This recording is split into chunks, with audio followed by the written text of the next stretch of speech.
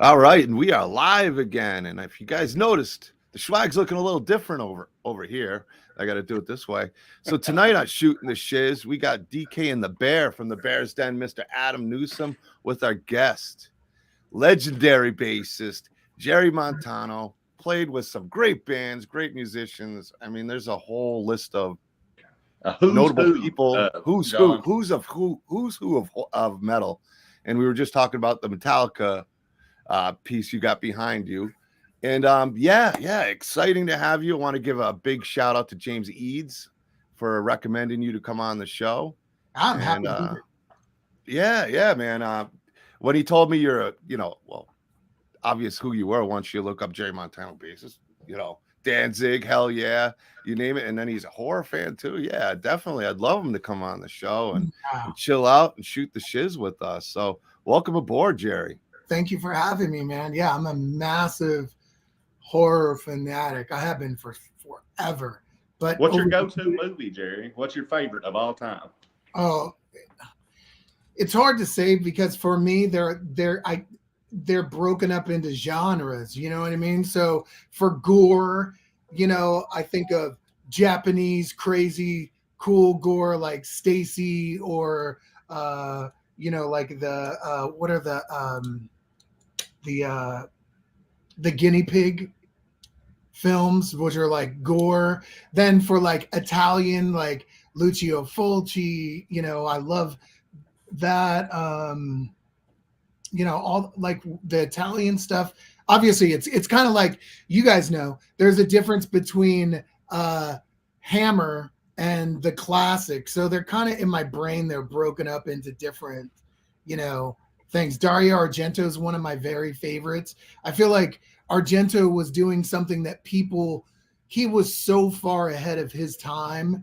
Later on, we got horror movies that were very vibrant colored, but way back in the day, he was shooting things with gel lighting and like these very vibrant, even the City Sings were like dark red, dark blues, like overdone color shots. But no one had done that at the time. You know what I mean? It was very colorful. So that's what I really loved about Argento. And then Fulci, House by the Cemetery, fucking The Beyond, the obvious zombie. But so many of his films, people weren't doing gore the way that he was doing. It's like how Black Sabbath took rock and turned it into metal.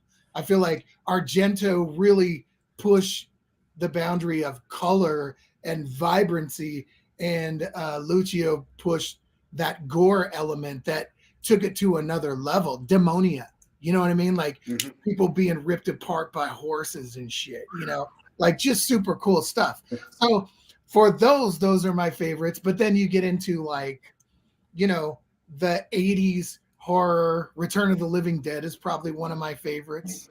You know what I mean? One of the best ever, man. De La Morte, which was Cemetery Man. But in the old days when you couldn't get Cemetery Man and it was still just an Italian film, was De La Morte.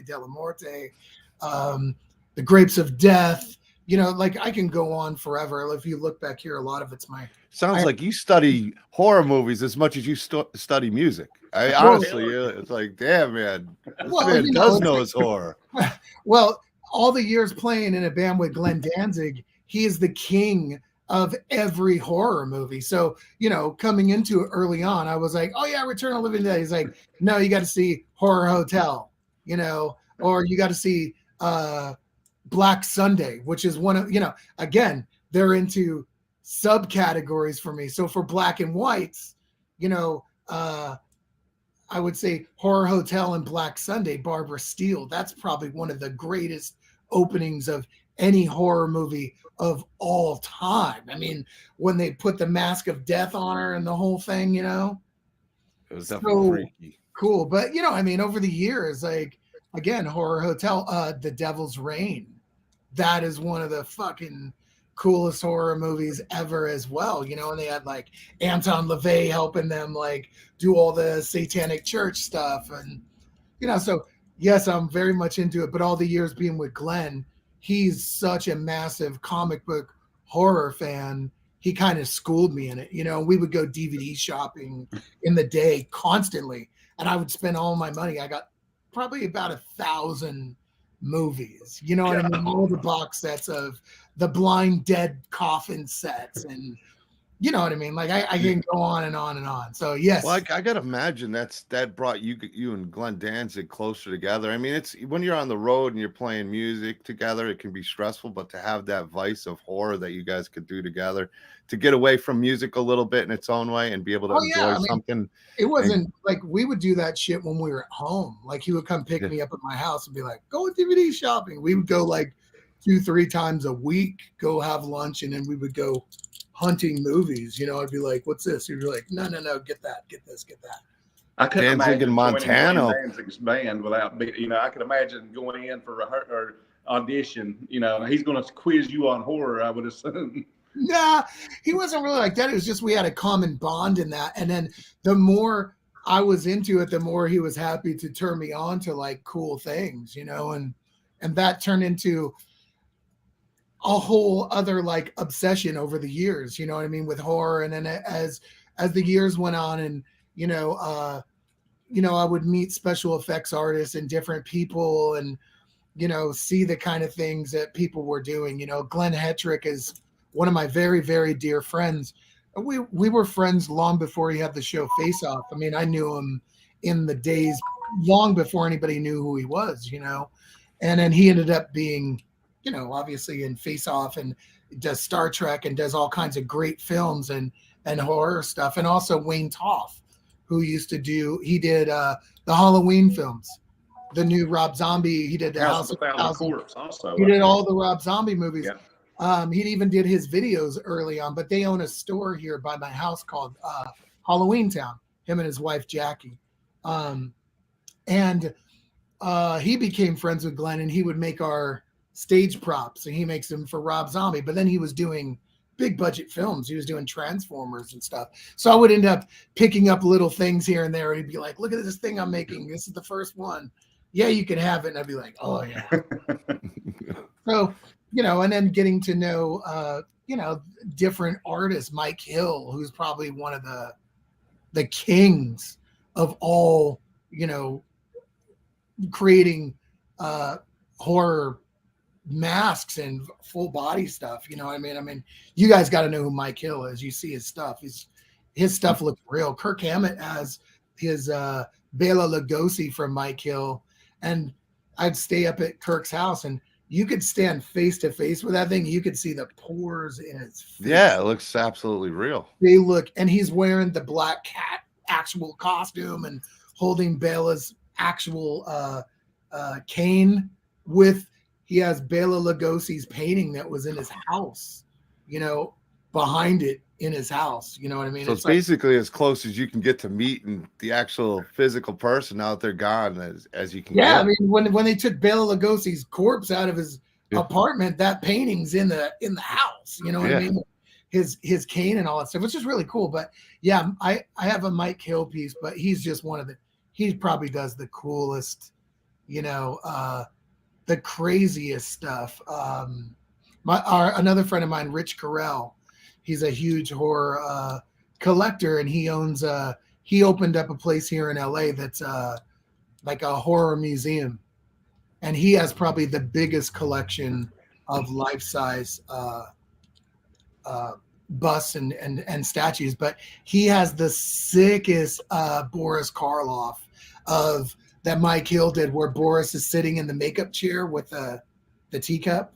Have you ever seen that photo? I think I've seen that. I was going to say I've seen that photo. There's one that he did life-size in a chair, and it has what's his name's makeup bag, the original makeup artist from the FX. Yeah, I can't think of his name right. I just watched a documentary on it too, and I cannot think of his name.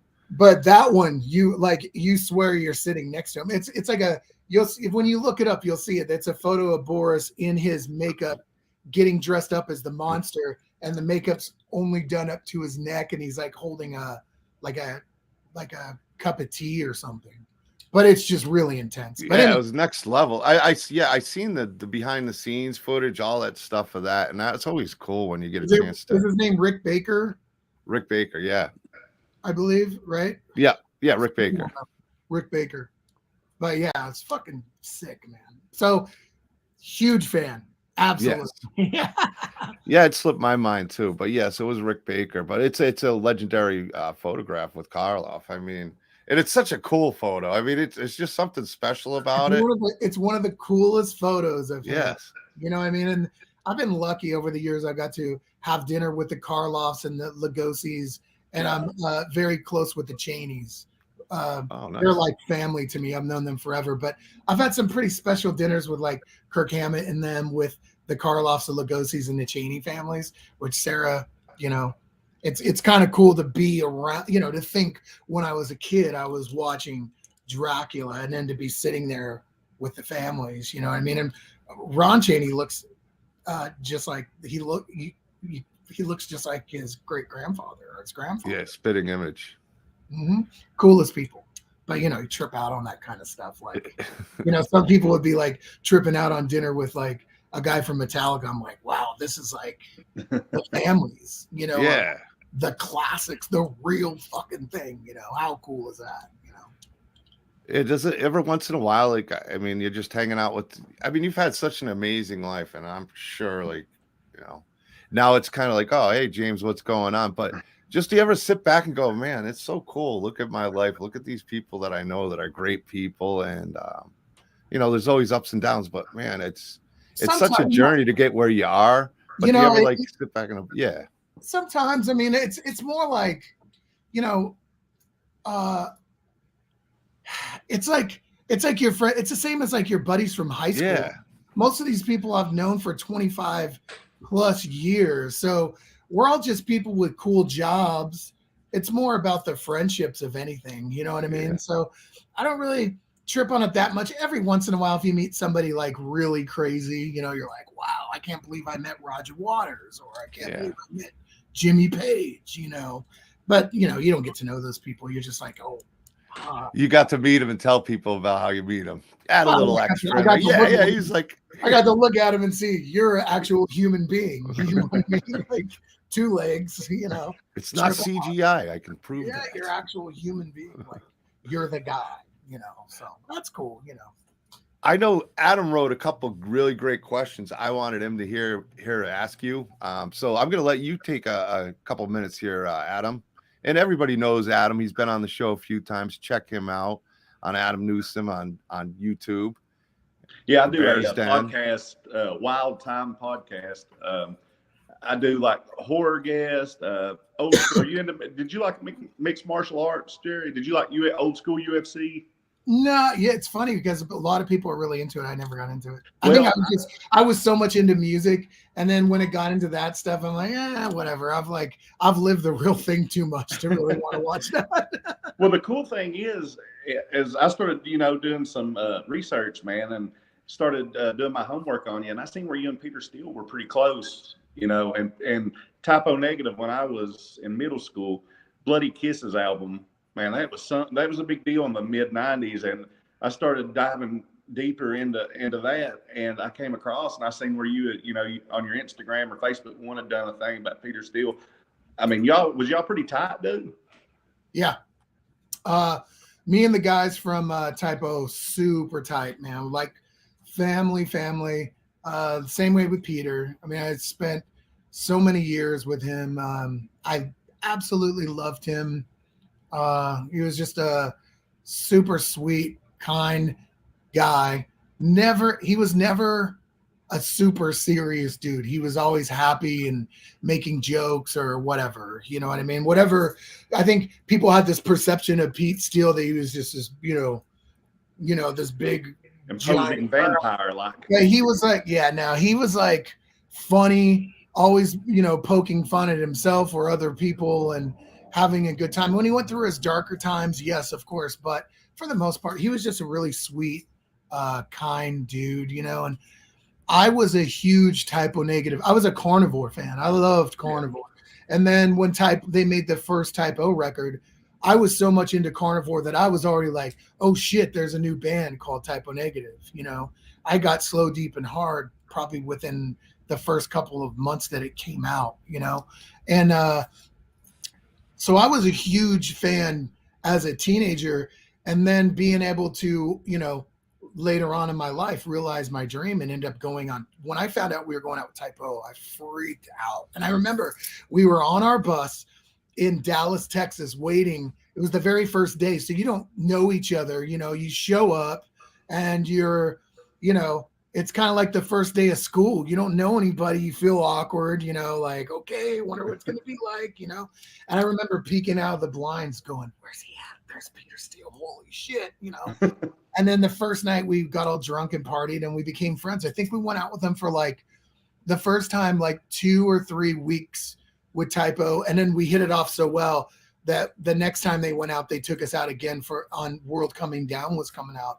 And we ended up touring with them quite a few times. And just me and Johnny Kelly and Josh and Kenny, we're still super close. And we were always close. And even when Peter passed away, I was in New York staying with Johnny Kelly, actually his wife now, for his birthday. His wife got me for his birthday present. She was like, it's Johnny's birthday. I don't know what to get him. So she called me and she was like, I was thinking about getting, you'll be his present. I'll fly to New York and you guys can hang out for like 5 days, get drunk, go see Ace Frehley, listen, do all your nerd shit and have fun together, and you'll be his birthday present. So that's what happened.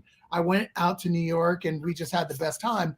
And while I was there, I was like, oh, where's Peter? You know, because he was staying in like Pennsylvania somewhere, and he was doing well. He was sober. So I talked to him on the phone and he was like, hey, before you leave, I'll come in to Staten Island and come and visit you. And he didn't actually make it. And then just within maybe a week after I got home, he had passed away. So, or maybe a couple of weeks. And then Johnny called me and told me. And so I ended up getting on a plane right away. I flew out to New York, and, you know, I was one of the first, I went into the funeral chapel to see Peter for the first time with Josh, Kenny, Johnny, and Sal. And no, I mean, it was just us and Peter's sister and the wives. It wasn't like there was no public thing yet. This was like, he just got put in the room, you know, and we all held hands and walked up to the casket and saw him for the very first time. Very, very intense. But also at the same time, I couldn't believe, because I was like, this is your moment. You guys have been friends for, you know, Josh and Peter have been friends since they were like 12 years old. You know, I was like, I'm not going in there. This is your moment. And they were like, he loved you. We love you.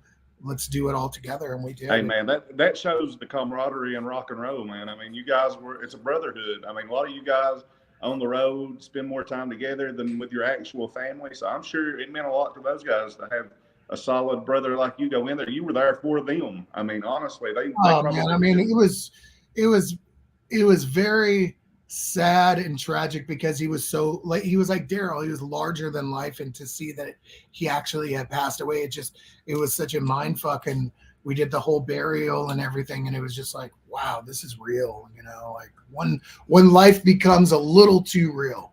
Yeah. But you know, over the years we're all still close. I still chat with Josh here and there and bust his balls, and Jeremy Slitsy, and all of us, our relationships from back then, they've carried on for 25 years. You know, we're just like this still. I mean, I'm out on the road with Stephen Piercy, and I'm with Quiet Riot. I'm with Johnny Kelly, you know what I mean? And so it's cool, you know, to like still be doing it, still be, you know, friends, you know, like how we were in Danzig together, you know. He's one of my probably like 5 closest friends. But yes, Type O Negative, you know, I'm in their DVD, whatever it's called, whatever that DVD that they put out, the home video. That was funny. There were some funny moments where they wake me up in the bunk and I'm like, but yeah. There's a new one coming out actually that Jeremy invited me. We're gonna go watch the screening over at Glenn Hetrick's house, I think in the next few weeks, but he has put together a new Type O home video. So that's kind of cool. Oh, how cool is that? Yeah. Is that going to be a private kind of thing, or is it going to be? This is just for us. He's just like, I want you to see the cut. and we're all three of us are really close. So he was like, well, we'll go over and watch it together at Glenn's house or something. So we'll probably just like have a little evening thing where Jeremy plays it for us or whatever. But he said he's been working on it. He's excited about it. So I can't wait to see it. Yeah, I'm sure it's gonna be something. I'm like, I can't wait to see what embarrassing shit you did now. For yeah, one of those things where it's like, oh, I was 24, 25 years old, drunk out of my fucking mind. Like every day on the Type O Negative tour, Mike Amato, their tour manager, would be like, Jerry, need to have a talk in the office, and the Deadlights was such a crazy band. We were in fist fights with each other. We were like drunk running around. So we were always in trouble. It's like we're in the principal's office every fucking day. Like in production would be like, okay, guys, they need to talk to you again. You're in trouble. It was after the Deadlights, is that when you went with Glenn Danzig and the rest of them like that? After the Deadlights, I went to Nothing Face, and then Nothing Face. Yeah, Nothing Face, and we went out a lot with Pantera, Disturbed, Stained. Like we were out doing it. It was like the Deadlights ended, and within like 3 months, I was in Nothing Face, and boom, I was right back out, just like living the crazy life again. And in those days, it's a lot different than it is now. I mean, maybe because we're older, but it was fucking wild, man. It's, I said it the other day on another show, but it's like whatever you think crazy was or whatever, it was way crazier. Magnified times 10, probably. Well, you didn't have a camera everywhere over your shoulders where you kind of thought about it twice. I mean, I know. I'm very happy to be alive, and I didn't even live. Well, I made my own rock and roll lifestyle that I basically lived outside. I wasn't on the road like that, but I can only imagine what the toys you had to play with. This is like giving a bunch of like drunken felons like 6 months of like no law goes. It's just and you're 25, you got the key to the world, you know what I mean? You're like the king of fuck mountain. You're out there going crazy. It was the time of my life, and to be out there with Type O or Pantera or Ozzy or Megadeth or whoever, Slipknot, all of us, it was lawless chaos at all times. The show was this thing that we had to do before we could just go crazy till morning, and who knows, we'll find out what happened tomorrow or tonight, But it was definitely a different world, And it sounds like you have not had a break, dude. Sounds like it's been nonstop. I mean, recently you were with Piercy, wasn't? I mean, you were touring with Stephen Piercy, and I thought he's going to be coming to Ashland August 5th, and I'm like stoked, dude. Because Rat is like one of my top bands ever. I jam them. I've introduced a whole new generation. I'm 38 years old, and I've got 20-year-old kids listening to Rat, discovering them right now. So just I was hoping when it was announced that I was getting to come on here, I was like, man, I'm hoping he's touring with Steven right now, because I get to check him out here in a month or two. You know what? It's I actually met Steven through Glenn Hetrick again. Glenn had like a Cinco de Mayo party at his house, like, hey, come over, we're having, because he has his little holiday parties and shit. And that's where I met Steven. And then we just kind of hit it off or whatever. And his bass player didn't want to tour because of COVID or whatever. So it was like I was going to fill in for a couple of shows, and it turned into like 2 years. And then I've been doing it, and it's been fun all these years, but it was kind of like, it's never really been my thing. You know what I mean? I enjoy it. It's not my genre. It's not really my thing, but I had fun doing it. And then it just kind of got to a point to where I was like, okay, I did it. I got other things I want to do. And as I get older, I'm kind of like, you decide, I can keep doing this, and then, I'm losing years, or I could do like this record I want to do, or work on the other band with the guys from Hell Yeah, or do this or do that. So, with all the travel and stuff, a couple of days traveling, doing a few shows turns into 4 or 5 days. Then that week's gone, and you're playing catch up all the time. So I kind of wanted to like be able to focus on some things that I wanted to do. And it was fun for what it was. You know what I mean? But I was just kind of like, I don't see myself playing with these warrant foofy bands and stuff. Yeah. It's like, Well, what about Destroyer X? Because Big Schwag was real high on them. He said, "Man, make sure you guys talk about Destroyer X." So I said, Destroyer X is, during all this touring, I started recording all my own music, and I ended up writing one song, writing another song, in between writing with the other guys, writing another song, writing another song, writing another song, and it turned into all this kind of record. And before I know it, I was like, well, I wasn't like trying to write an album or even thinking about that.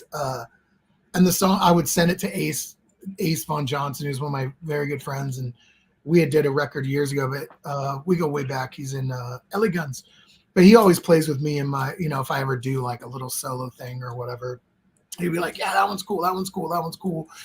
And then it just kind of came together, and I was like, man, I would really like to do this album.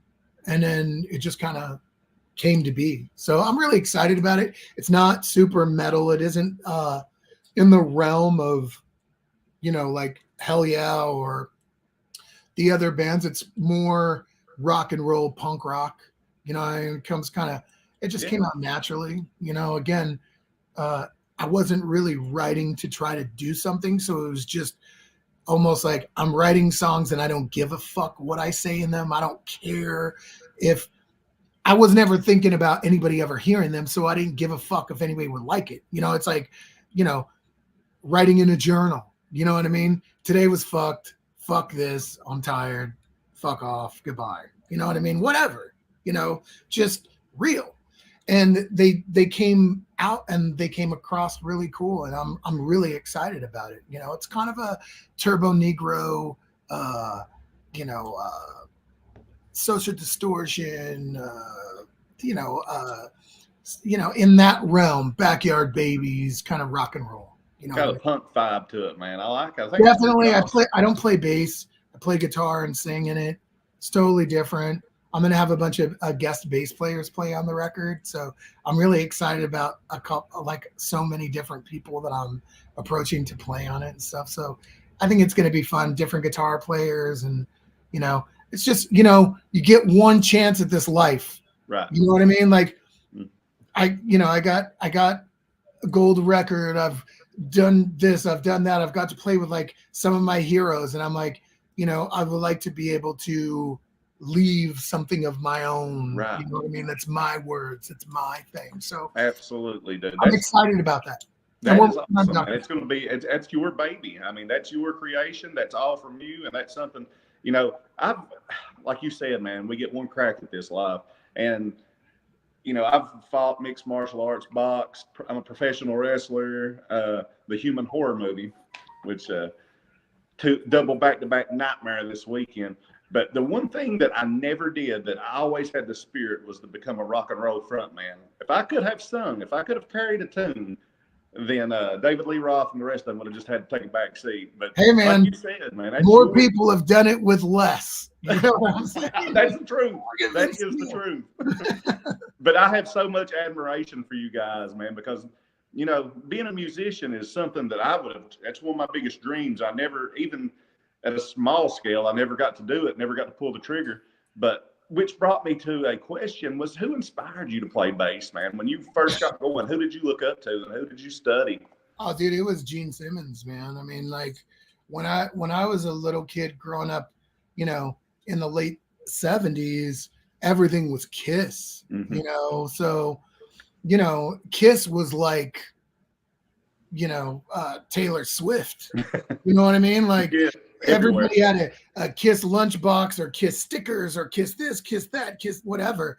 And I remember seeing that when I was really young and seeing a picture or a sticker of Gene Simmons, like, you know what I mean? Like wings, blood, fire, fucking skull, boots, you know what I mean? Flying 10 foot tall.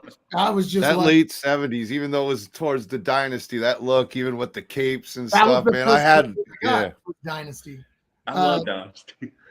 It grew on me later. My favorite Kiss record is Dressed to Kill by far, bar none. That's my favorite. It's the most rock and roll. It kind of has that T-Rex kind of vibe about it. You know what I mean? But so it was Gene Simmons. Everything. I was probably like 5 years old, and all I wanted was, my mom's like, "What's wrong with this little kid? All he wants is Gene Simmons everything." So I had all these. My mom wouldn't buy it because she was kind of religious, but my grandmother would. So I had like my bunk beds with my sister on top, me on the bottom, and it was all Gene Simmons like demon posters and shit. My mom's like worried to death. I had a Mickey Mouse record player, and I would play my Kiss Dynasty record on it. My grandpa. What a mix. Mickey Mouse and Kiss. I was a little kid. I remember my grandpa, you know, his thing was he was so excited to buy me a BB gun. So he's like, "I'm going to take you to Montgomery Wards and buy you a BB gun." And I'm like, "I don't want a BB gun. I just want Kiss Dynasty." And they're like, "Well, this is like this father and son thing, BB gun." I'm like, "I don't care. I want the Kiss record." So I got both. Shot the BB gun a couple of times because he wanted me to. And then I just lived on that Kiss record. You know what I mean? And that was the very beginnings for me of, I knew that that's what I wanted to do that young. And so as it carried on, you know, all through my childhood, it was all music. And I didn't really start to like take it seriously until I was about 13. I was already into Metallica and Anthrax and Slayer and Venom and Celtic Frost, and into the heavier stuff. You know, in my early years, like when I was probably 10 years old, I would listen to like, you know, Wasp and rap. I think my first concert was Kiss and Wasp. Actually. Wow. Black and Lawless. Yeah, Black and Lawless.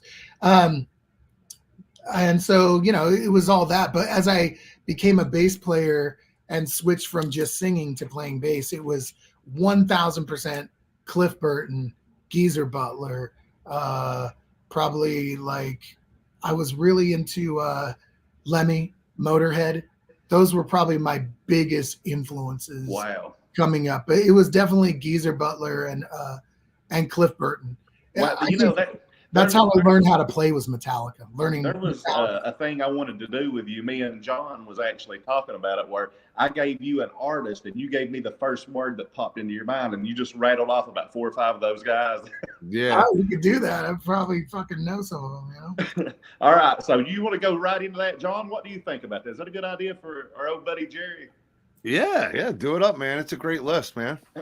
All right. Yeah, so he's the first got some person good on the ones. list, first thing that comes to your mind, Dio. Just nice. Dio was one of the sweetest human beings. I'll tell you, the first time I ever met Ronnie James Dio, he came to our show in LA, and he was a guy that when you would meet him, he would give you all of his attention. And he was very sincere and very kind and just super sweet. But the kicker, and you hear this from a lot of people, and this is the truth from me, was every single time I met Dio the first time, amazing. Holy shit, I'm meeting Ronnie James Dio. How fucking crazy is this, right? Well, then like a year later, I run into Ronnie James Dio, and he comes right up to me and says, "Hey, Jerry, how are you?" And I'm like, and I'm thinking, Ronnie James Dio knows my fucking name. And every single person most people that have met him or knew him a little bit will tell you he always remembered names. And I don't know how he did it, but he would always remember my name, and he would always come up to me and always call me by my name and shake my hand and say, "Great to see you. How are things?" And so whenever I think of Dio, I just think, what a great dude. The nicest dude ever. How the fuck does he remember everybody's name? Like, only Santa Claus is supposed to be able to do that shit. How many people has he met? I mean, the dude's got to have a book of people he's met to remember the names. I can't remember names. I've seen countless interviews, documentaries, and everybody will say, Dio always remembered my name. And I'm like, I mean, I don't feel that special, but how the fuck did he do that? You know what I mean? Like, that's crazy. But he really did. And he was a heck of a talent. Second one would be Izzy Stradlin from Guns N' Roses. Izzy Stradlin, amazing guitar player. I've never met him. I met the other guys from GNR. I never got to meet Izzy. Izzy is almost like a mysterious figure, man. I mean, he really is. He's like the heart. People don't the normal people, when they think of Guns N' Roses, you know, Axl and Slash, but Easy was the heartbeat of that band. I mean, honestly. Yeah, in the old days, there was another guy that used to crash on my floor sometimes. His name was West Arkeen. Oh, And yeah, West wrote I Used to Love Her. He wrote like a lot of songs on Use Your Illusion and Appetite for Destruction, but they considered him like the sixth member of Guns N' Roses. But I met him in the early 90s, and he'd be like, yeah, you know, I've done it. And I'd be like, yeah, whatever, this guy. But it was true. You know, he ended up, when he passed away, I mean, I knew that before, but he had one of my guitars. I was like, fucking West died. He had my guitar. But I knew West, and he was close with Izzy and them. And I've met Duff many times, and he's super cool. I've met Axl a few times, met Slash more than a few times, but never Izzy Stradlin. But I love his records and his guitar playing, and he was definitely the soul to me. Yeah, that Ronnie Wood mojo. Yeah, that's exactly what it was. He was. It's kind of like the glue. It felt and, like you know, it kept it. You brought up West Arkeen. A lot of people, you know, don't know this, but there was a few songs that never got released by Guns N' Roses. I'm a big Guns fan, but there's a few songs that if you go on YouTube, you can find. One of them's called Crash Diet. The other one's Bring It Back Home. And I think they didn't make the Illusion cuts, but West, he wrote those, and they are bad to the bone. Those two songs West, right there. So I met West at the Coconut Teaser. We became buddies, and he used to crash on my floor, sleep in his car in front of my apartment all the time. So I would see, like, I was with him all the time. You know, I became good friends with him. He had his issues, you know what I mean? Yeah. He was fucked up on meth all the time back then, but he was always super cool, you know, and he could work on a guitar. I remember he like, well, maybe you can see his eye. He would like rip apart guitars and work on them. But, you know, later on, when, you know, at the time, it wasn't like, oh, this is West Arkeen, da-da-da. It wasn't like that. Then after he passed away, I was like, oh, shit, you know, Wes really did have a huge part in GNR. It's kind of cool that he was like GNR royalty. You know what I mean? Like a lot of people still to this day don't really understand that. I'm glad that you do that aspect of it. I was lucky enough to be around West a lot. That's awesome, Jerry. I mean, your connections with these is insane. This next one, I have a lot of respect for his vocals. A lot of people give Whitesnake kind of a hard time and call him a hair band, but if you go back and listen to their stuff, man, they're bluesy. I mean, But David Coverdale, what did you think of David Coverdale? I love the first Slide It In record. Mm-hmm. You know what I mean? The first records are so cool. I liked them. By the time they became popular, it was a little too butt rock for me. It was like that polished thing. I was listening to like, you know, Destruction and Venom and Celtic Frost. I wanted to like, you know what I mean? We were like, let's drink blood and worship Satan, man. You know what I mean? So like the people that were prancing around with that stuff was just like, you're gonna get punched in the face or something. But I liked those records. I never met anybody from those bands. It was just kind of not my thing, my genre or whatever. Do I respect it? Absolutely. I think he's an incredible singer. I think they were great songwriters. Rudy Sarzo was in Whitesnake, right? Mm-hmm. Rudy Sarzo is one of the baddest bass players and a buddy of mine and one of the sweetest, coolest, most down-to-earth, real people. Rudy was in Quiet Ride also, wasn't he? Oh, yeah, I was just touring with him. But Rudy is amazing. I love him. I'll text him, hey, da-da-da. He's just always sweet, always respectful, kind, real, no attitude, no nothing, genuine. And that's a rare commodity. That's you know what I mean? For somebody who's been doing it for probably, 45 years and has that kind of resume, him and Randy Rhoads and stuff. I really respect Rudy Sarzo. So Whitesnake, cool. Geezer Butler, probably my favorite.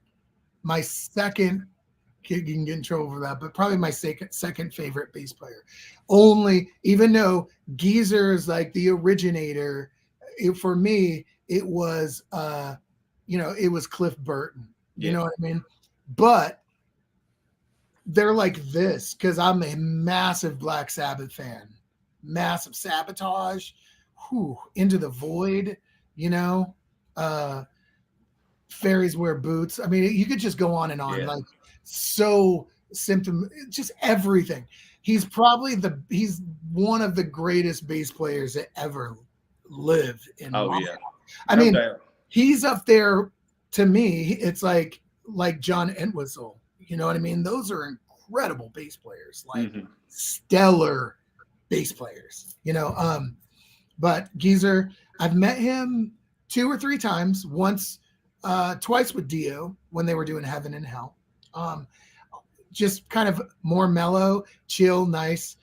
In 2000, the Deadlights went out on tour. We were out with Disturbed, and we took out Biff Butler, Geezer's son's band, Apartment 27. Wow. I bet that was cool, man. Yeah. All Our right, good the friend next one, now Patrick listen, here the from next Half one Cheetah. is somebody that I imagine that you probably wasn't in your genre, but he's somebody I respect. Like, he's one of my top favorite musicians, and he's been called the one-man Led Zeppelin. And he's got he recently just put a single out for the first time in 30 years. Billy Squier. Billy Squier. Don't really know much about Billy Squier. I Oh, remember man. he had it's funny because Frankie Wilsey, my buddy, he played with us with Stephen Piercy Arcade. He was really into Billy Squier. He loved it. But I missed the boat on that. I was like, I was too young for that. That was like, when I think Billy Squier, I think of like Foreigner or something. Yeah. It's like in the background somewhere. I mean, I'm sure he's a great player. He was a great songwriter. It was just really not my, I couldn't really talk anything about Lonely as the Night or something. Well, Adam kind of missed it back in the day. I was an 80s kid, so there was a big difference between metal and popular rock, I guess you'd call it, back in the day. And there was a huge gap. I mean, you just it didn't not, mix too well. It was, it was not cool.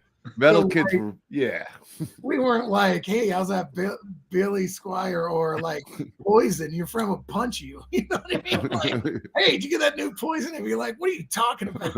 You know what I mean? It was like, at least in my world, we weren't like that. We were just like, kill them all, Morbid Tales, Rain and Blood, or Hell Awaits, black metal, Anthrax, there was a huge, as you know, there was us and there was them.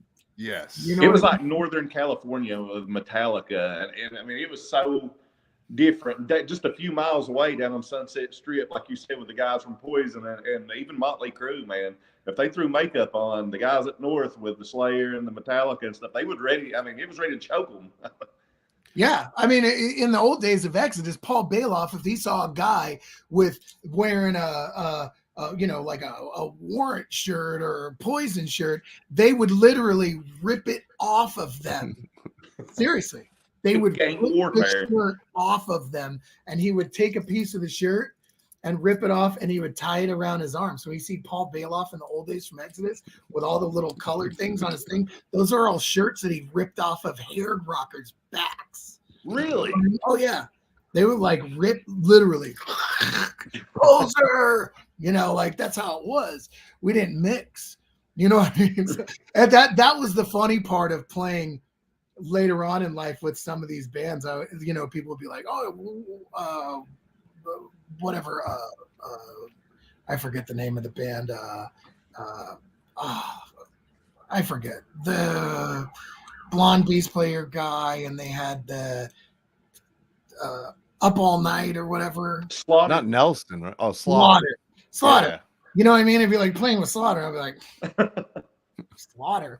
They pissed me off in 1988 when I got a cassette that said Slaughter on it, and I was like, yeah. And I got home and put it in, and then heard it, and I was like, what the fuck? Well, that kind of leads me to my question, though. Now, you being a Kiss fan, did you have to keep that quiet when you kind of, you were doing the metal and stuff? You didn't want to. I mean, look, Anthrax was covering Kiss. Like Kiss trends. Yeah, they did. All. I mean, Parasite. Kiss is like Black Sabbath, man. You know what I mean? Nobody was more demonic than Gene Simmons.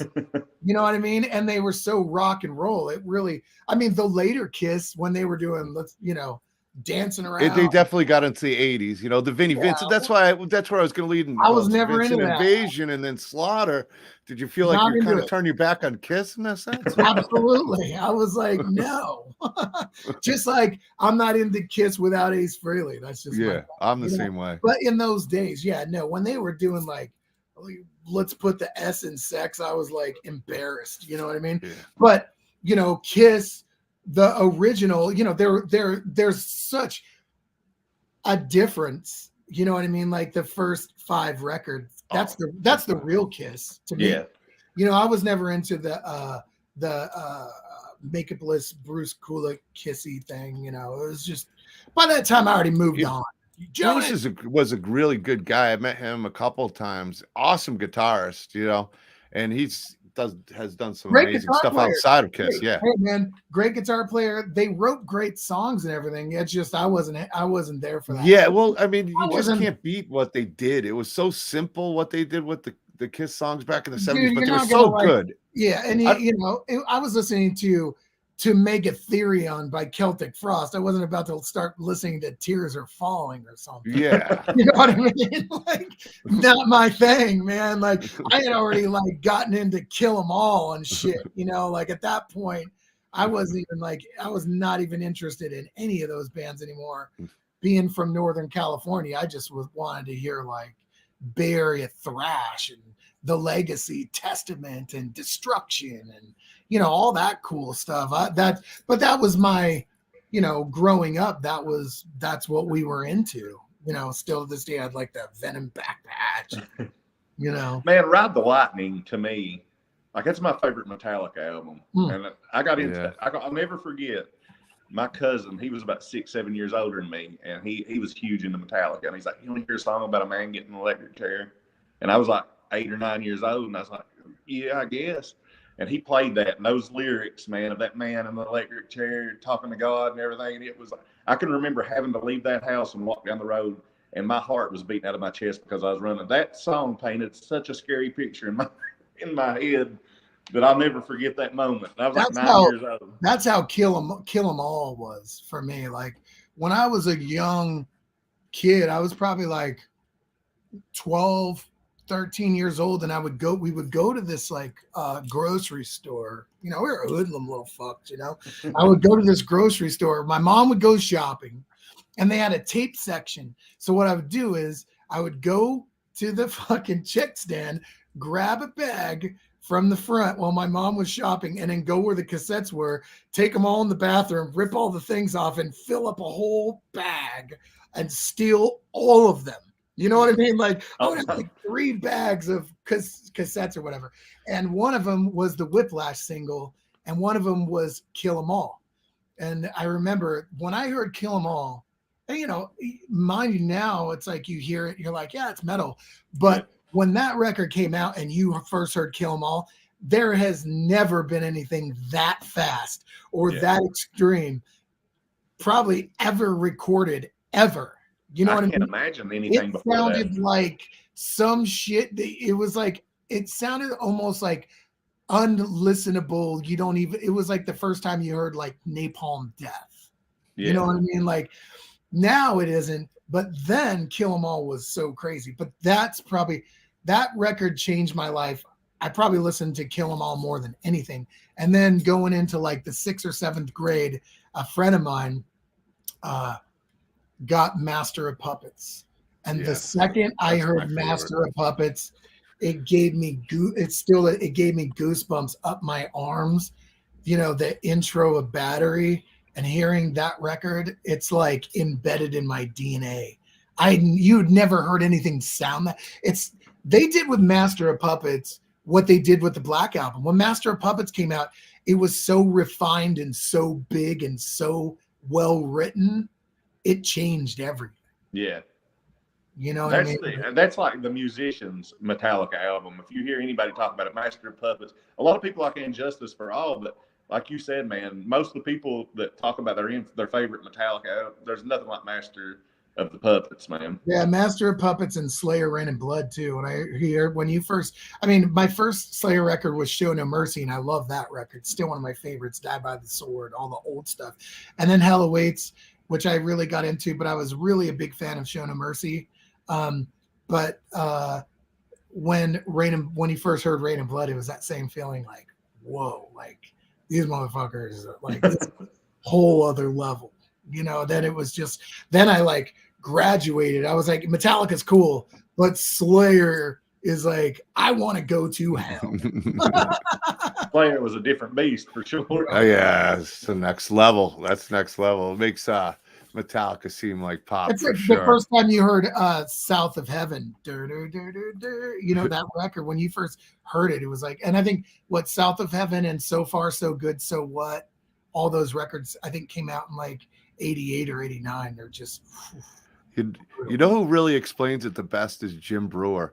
He talks about he went to a concert and his wife, they're all excited for her Metallica, and then, you know, Slayer's coming out and they're just, and when he's like, that's when I knew I was old, because it's just such a different level. What's funny is I saw Slayer on accident when I was like 12 or 13.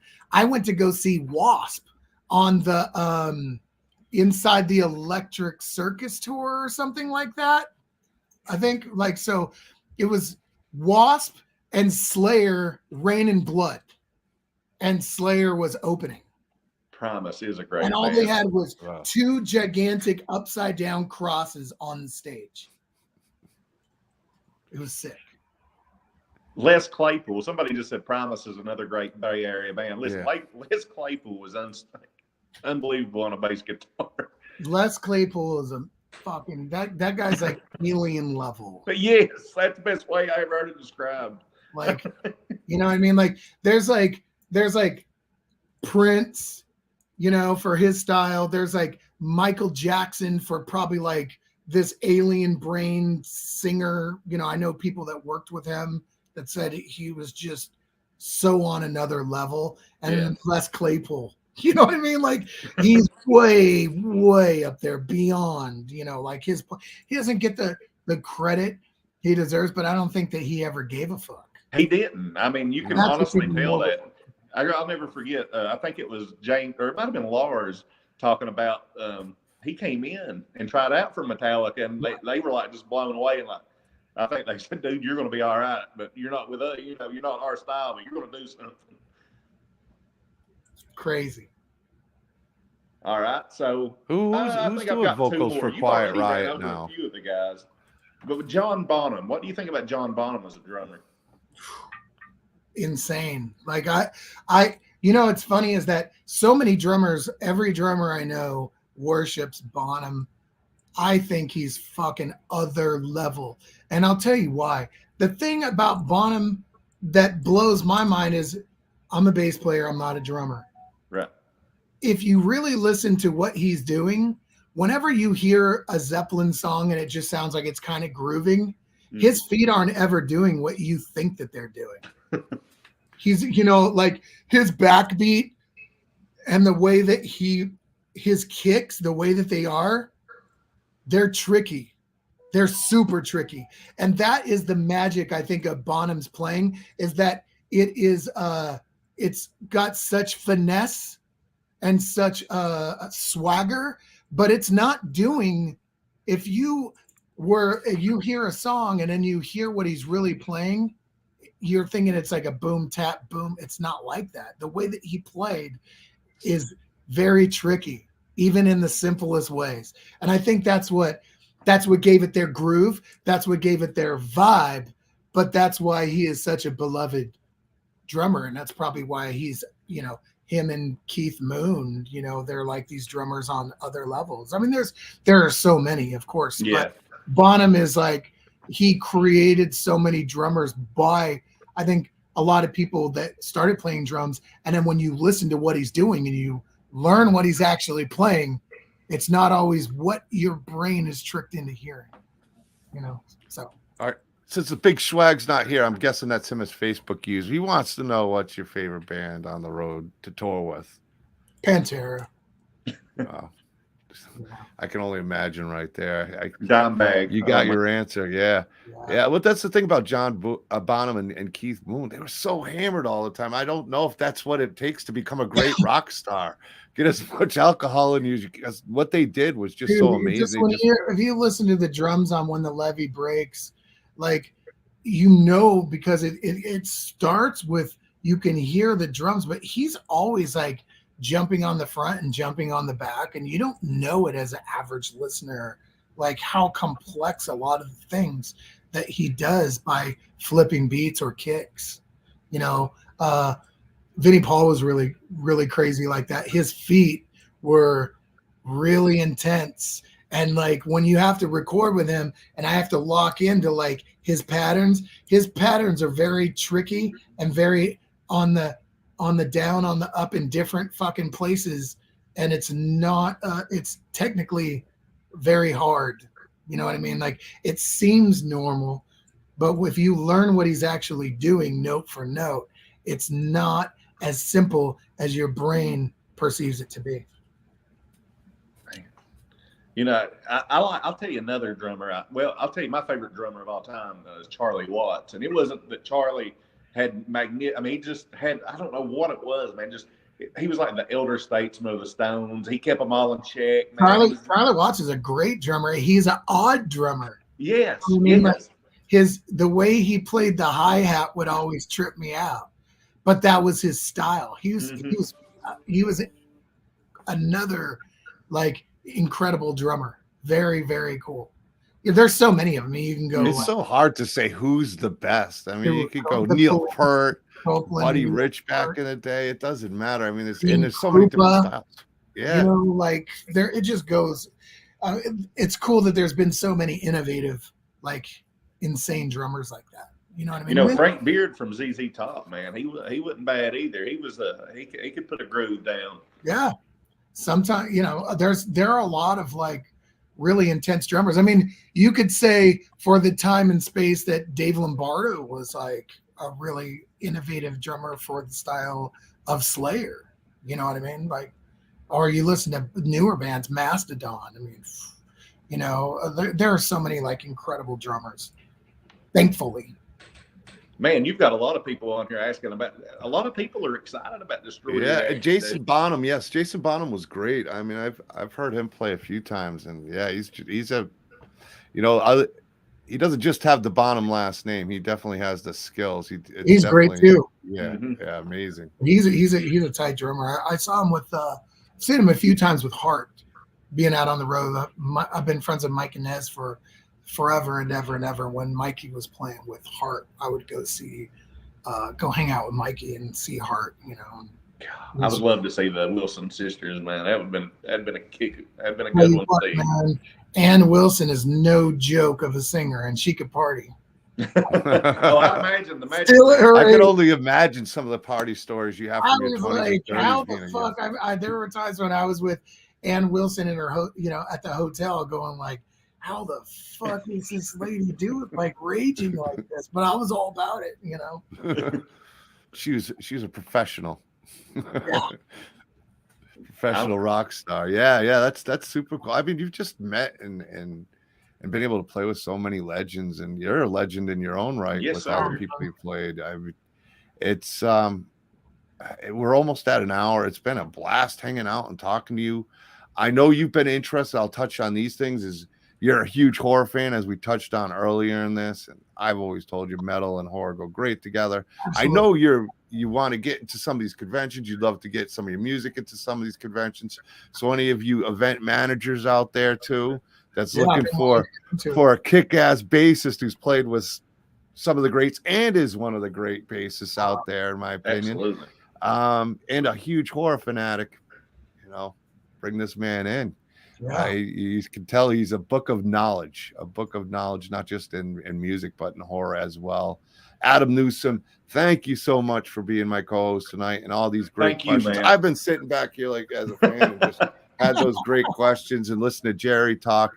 I really appreciate it. And everybody in the chat, I appreciate you as well.